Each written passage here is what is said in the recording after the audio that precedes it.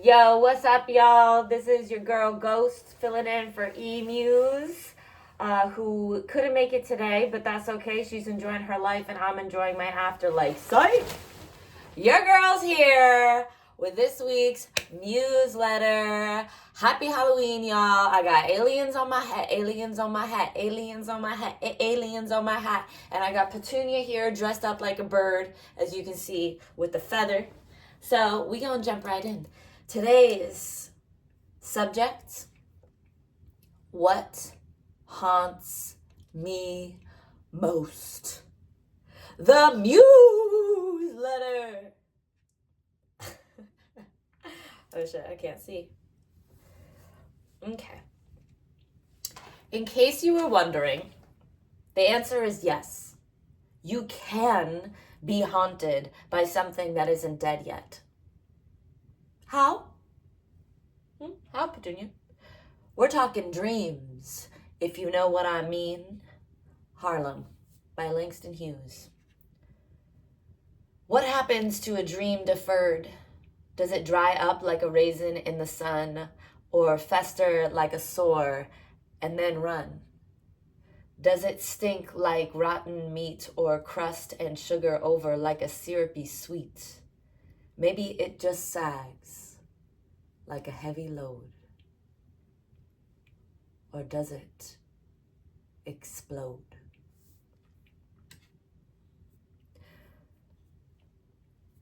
To understand what happens after a dream dies, let's first talk about its life. A dream is born when you dare declare, I want this. This admission for many can be the most radical act. Radical in the way Angela Davis defines. Radical simply means grasping things at the root. Radical from Latin radix, meaning roots. It comes from the root of who you are, a fundamental part of you rooting for your full flourishing. At the same time, other roots are involved, namely those of your most fundamental fears. Although not as deep as your good roots, these negative roots can be just as radical and contaminate the rest, stinking like rotten meat. Do you smell something too? There's great pictures in this one. I'm not showing you because I'm a tease. My most fundamental fear is not living up to my potential, which is in direct conflict with this insidious and inherited part of me that's constantly casting shade. Oh, you dumb darling, what potential? Actually, good question, right? What do I mean when I say potential? How does that differ from a dream versus a goal versus a possibility? Here's Merriam-Webster's definition. Potential: innate and unique power that can provide future utility and purpose. Dream: an imagined manifestation, usually ambitious, of one's potential that resonates with one's soul roots. Possibility: one manifestation of potential doesn't need to resonate with soul roots. Goal: a specific, concrete action that marks the manifestation of one's potential, often becomes the preoccupation of individuals en route to living out their potential. To avoid squandering my potential, I consider my possibilities, set my goals, and declare my dreams. And that's when the haunting begins. Because every moment I'm not working towards these things, I get this awful fear that I'm wasting my potential. I call it pregret. Pregret. This foreboding feeling that the decisions/actions one makes are the wrong ones and will thus one day lead to regret. It's that anticipatory remorse when one fears an action might lead to negative outcomes but hasn't actually had those negative outcomes yet. Example: although my stomach feels fine now, I felt a bunch of pregret about those nachos. And then I get into this trap of scavenging for some sense of accomplishment in other ways. False idol style, you feel? Note, when I envision my full potential self, she is not doing weighted push-ups in a sterile gym for an hour while listening to Andrew Huberman discuss better focus strategies. Yet there I am, every morning, including this one, like my life depends on it, because this ghoul possessing me has me convinced that it does. Like if I'm not learning constantly, working out as hard as possible every day, optimizing every moment, yada yada, then why don't I just take myself to landfill right now? Oh, there's so many good images in this one. You really got to subscribe. The thing I find interesting is Hughes writes about a dream deferred, not dead. What's up with that, Petunia?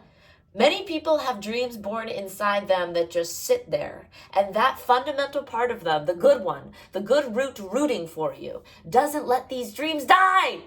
Neither alive nor dead, but just deferred, they begin to haunt you. I'll show you one of the images.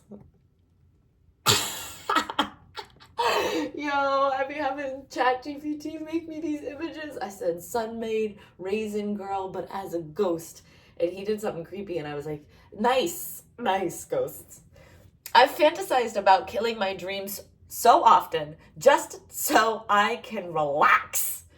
But with dead dreams, I would become a ghost myself. I know that. What are my dreams then? Maybe if I said them out loud, that would finally give them the life they're bothering me about.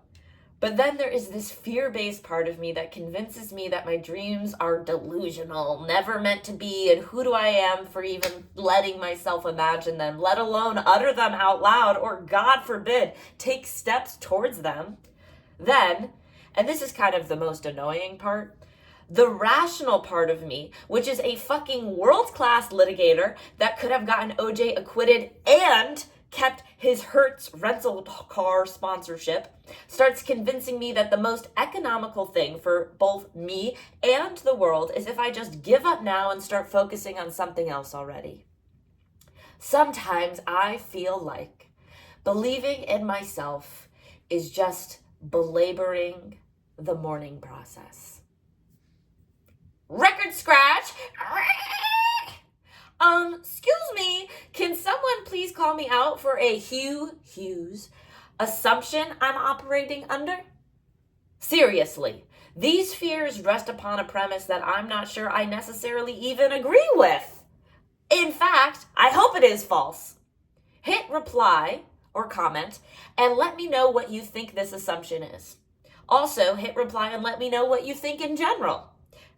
Do you have regrets? Are you haunted by your dreams deferred? Next time on the newsletter, how I'm making an ass of me through the above logic. That joke doesn't translate as well saying out loud, but whatever. Assume an ass out of myself from assuming the above logic.